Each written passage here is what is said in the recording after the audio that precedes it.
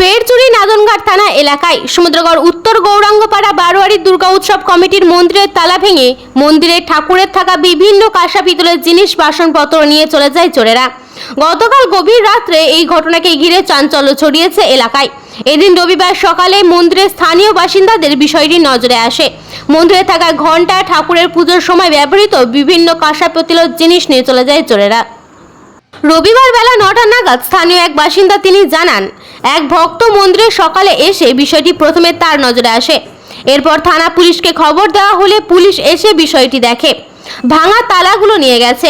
উল্লেখ, কয়েকদিন আগেই নিচু চাপাহাটি এলাকায় সাধুর আশ্রমে মন্দিরের তালা ভেঙে বিগ্রহ সমেত কাঁসা পিতলের বাসনপত্র চুরি গিয়েছিল। প্রতিনিধি শম্পা মণ্ডলের রিপোর্ট, পপি নিউজ। এটা হচ্ছে সমুদ্রগড় উত্তর গৌরাঙ্গপাড়া বারোয়ারি দুর্গাপুজো। তো এখানে দীর্ঘ 48 বছর ধরে পুজো হয়ে আসছে।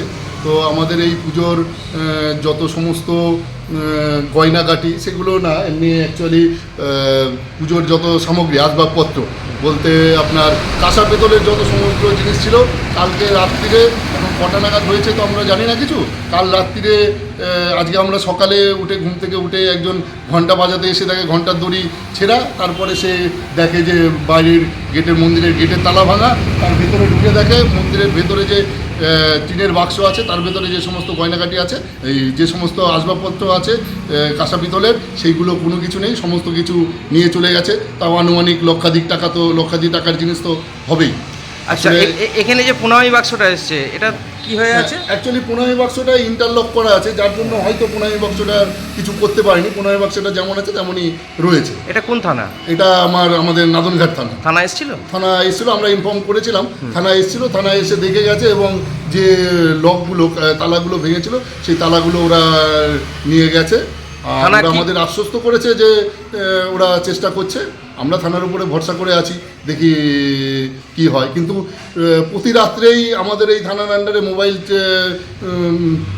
ভ্যান যাতায়াত করে, পুলিশের সিভিক ভলেন্টিয়াররা যাতায়াত করে। কিন্তু কাল রাত্রে কী হলো জানি না, তবুও তার মধ্যে থেকেই এই এসটিকে রোডের ওপরে এইভাবে চুরি, যেটা একদমই মেনে নেওয়া সম্ভব নয়। এখানে কি পুজো হয়? এখানে প্রতি বছর দুর্গা পুজো হয়, তাছাড়াও ছোটোখাটো বিভিন্ন ধরনের অনুষ্ঠান হয়। প্রতি বুধবারে, শনিবারে আমাদের এখানে কীর্তন হয়।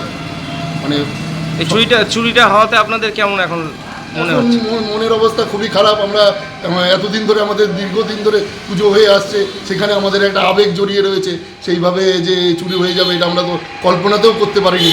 যেহেতু এই এসটিকে রোডের ওপরে সবসময় পুলিশের টহলদারি চলে, তার মধ্যে থেকে এইভাবে চুরি, মানে আমরা ভাবতেই পারছি না। আমরা মানে রীতিমতো শোকাগ্রস্ত হয়ে গেছি আমাদের এই চুরি হওয়াতে। পুজো হবে তো? চুরি হয়ে গেলে এখন কি অবস্থা করার? পুজো অবশ্যই হবে, কিন্তু আমাদের এটা একটা কীভাবে এর ক্ষতিপূরণ করা যায় সেটা চিন্তা ভাবনা করতে হবে। এবং আমরা থানার উপরে তো ভরসা করছি, দেখি এখনও 1 মাস বাকি আছে, দেখি থানা যদি কিছু করতে পারে তাহলে পরে আমাদের ভালো হয়। আমরা চাই যে এটা থানা খুব ইয়েভাবে দেখুক, যাতে আমরা এর একটা বিহিত পাই। আচ্ছা, আপনার পরিচয়? আমি বিকাশ বিশ্বাস, উত্তর গৌরাঙ্গপাড়ার একজন স্থায়ী বাসিন্দা।